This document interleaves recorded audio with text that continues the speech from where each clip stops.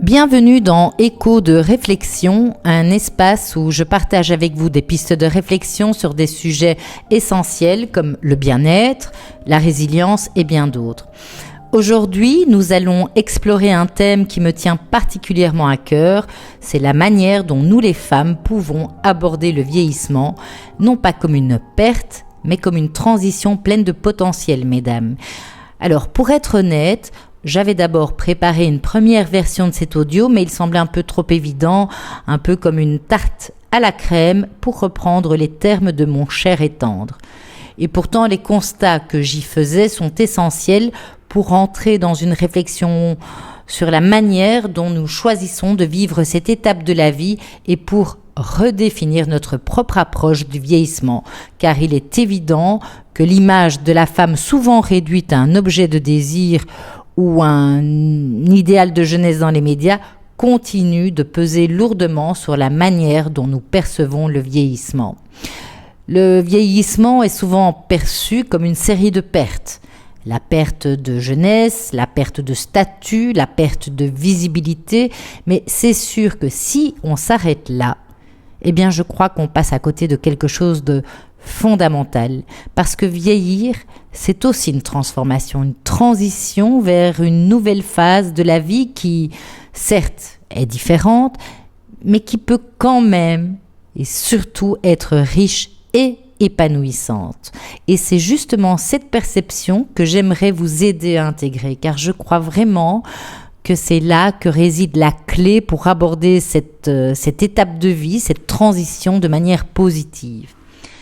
Alors tout d'abord, il est important de se préparer au vieillissement et cette préparation commence bien avant que les premiers signes ne se manifestent.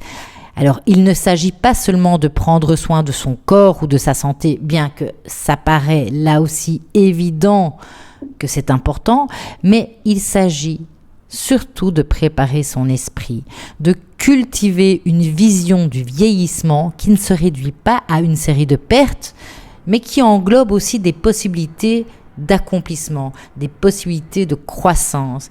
Et c'est cette préparation mentale, cette préparation émotionnelle, elle va passer par l'intériorisation de l'idée que vieillir, eh bien, mesdames, c'est naturel et puis surtout, avouons-le, c'est inévitable. Et puis, ça peut être une expérience positive. Pour y parvenir, je vais vous proposer plusieurs étapes concrètes qui peuvent vous aider à adopter une vision positive de cette transition. Alors, vous pouvez vous demander, ah oui, et comment ? Eh bien, d'abord, en prenant conscience des clichés, des stéréotypes, donc des croyances limitantes que vous avez pour pouvoir ensuite les déconstruire. Commencez par faire un inventaire des idées reçues, des représentations que vous avez sur le vieillissement. Par exemple, est-ce que vous pensez que vieillir, ça signifie nécessairement perdre votre beauté, perdre votre valeur ?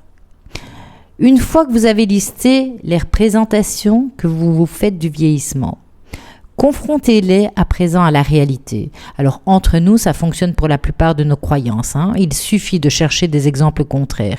Ici, en l'occurrence, je vais vous inviter à chercher des exemples de personnes âgées, ou plus particulièrement de femmes, que ce soit dans votre entourage ou à travers des lectures, des films ou des témoignages, mais que ces femmes auxquelles vous vous référez mènent une vie qui, dans votre regard, est épanouissante. En faisant cela, eh bien, vous pouvez vous rendre compte que du coup, vieillir ne veut pas dire se plier à des clichés négatifs. Et d'ailleurs, certaines de ces femmes pourraient même vous inspirer. C'est d'autant plus important aujourd'hui où notre santé est de plus en plus réduite à des chiffres, à des traitements standardisés, ce qui va influencer inévitablement la façon dont la société perçoit le vieillissement des femmes, qui sont alors réduites en quelque sorte aussi à des statistiques et à des protocoles de traitement qui ignorent la dimension humaine de notre vécu, mesdames. Et cette approche néglige l'expérience individuelle, néglige la richesse émotionnelle des femmes vieillissantes, en les transformant alors en simples produits de consommation médicale, esthétique, ou du coup, Le bien-être des femmes, donc notre bien-être, est souvent mis de côté au profit de critères de performance ou de maintien de la jeunesse. Après avoir déconstruit vos croyances, maintenant, vous pouvez redéfinir votre perception du vieillissement en adoptant une perspective de continuité. Et donc, plutôt que de voir le vieillissement comme une rupture ou comme une fin, considérez-le à présent comme une continuité de votre développement personnel. Et je vous invite à prendre quelques instants en vous posant la question suivante. Comment puis-je continuer à évoluer ? Comment puis-je continuer à apprendre ? Comment puis-je continuer à m'épanouir dans cette nouvelle phase de ma vie ? Une fois que vous avez quelques éléments de réponse, listez les avantages que vous pouvez avoir en vieillissant. Plus de liberté dans la manière dont vous souhaitez occuper votre temps pour vous. Focalisez-vous sur ces aspects positifs, parce qu'en vous focalisant sur ces aspects, eh bien, ça peut vous aider justement à développer une attitude beaucoup plus sereine face à l'âge. Et puis, mesdames, cultivez votre esprit, cultivez votre ouverture d'esprit. Et je ne cesserai jamais de le répéter, osez être curieuse. Comment ? Il suffit d'agir. Il suffit d'expérimenter des activités nouvelles. Que ce soit apprendre un instrument de musique, pratiquer un nouveau sport ou une nouvelle discipline, s'engager dans le bénévolat par exemple, dans un domaine qui vous passionne. Et n'oubliez pas que l'éducation ne s'arrête jamais. Là aussi, sans doute vous le savez, mais le cerveau est un muscle et il n'est donc jamais trop tard pour se former et ce, continuellement.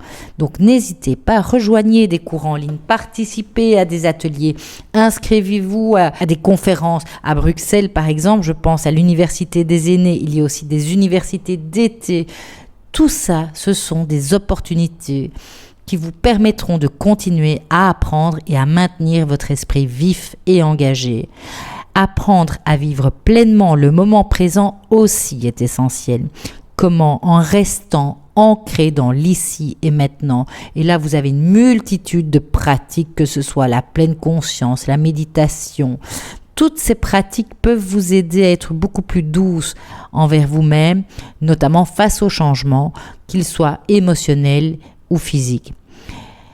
Et donc, en reconnaissant tout cela, eh bien, vous pouvez reconnaître dès lors que le vieillissement, eh bien, c'est un processus naturel. Je pratique souvent la visualisation, qui est un outil qui est couramment utilisé par les sportifs de haut niveau pour se projeter dans les objectifs qu'ils souhaitent atteindre.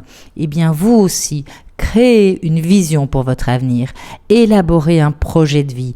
Même à un âge avancé, le projet c'est indispensable, que ce soit un projet de voyage, que ce soit de changer de maison, d'écrire un livre ou simplement de renforcer des liens familiaux. Mais avoir des projets donne du sens à cette nouvelle étape de vie. Utilisez la visualisation pour imaginer un futur où vous vieillissez positivement, entouré de ceux que vous aimez et en bonne santé. Et cela aussi peut renforcer votre détermination à aborder le vieillissement de manière positive. Et puis surtout, n'oublions pas que nous sommes des êtres de relation. Il est donc essentiel de cultiver un réseau de soutien solide pour un vieillissement épanoui. Et cela, ça se prépare déjà maintenant. La solitude peut parfois accentuer ce sentiment d'être très seul intérieurement. Donc, et évidemment que ça s'accentue avec l'âge, surtout après la perte de proches, le départ des enfants, de notre maison. C'est pourquoi il est important de maintenir et de renforcer des relations significatives. Donc, évitez les relations qui sont énergivores, où vous n'avez pas de retour, qui ne sont pas réciproques. Qu'il s'agisse de la famille, des amis, ou bien simplement des nouvelles connexions à travers des groupes et des associations. Mais nourrissez ces relations.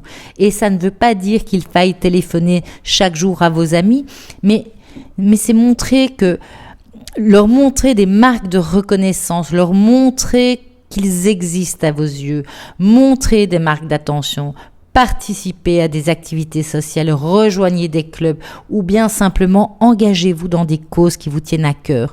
Tout cela, ce sont des moyens pour rester connectés et soutenus.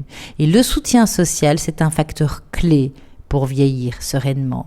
Entourez-vous de personnes qui partagent vos valeurs et qui vous encouragent à voir l'âge de manière positive et rejoignez des communautés, des groupes qui vous offrent ce sentiment d'appartenance et d'engagement. En appliquant ces quelques pistes, bien, vous verrez que progressivement, vous allez pouvoir adopter une vision du vieillissement qui n'est pas seulement plus positive, mais qui finalement est beaucoup plus fidèle à la réalité de ce que vieillir peut apporter, c'est-à-dire de l'expérience et une certaine maturité émotionnelle.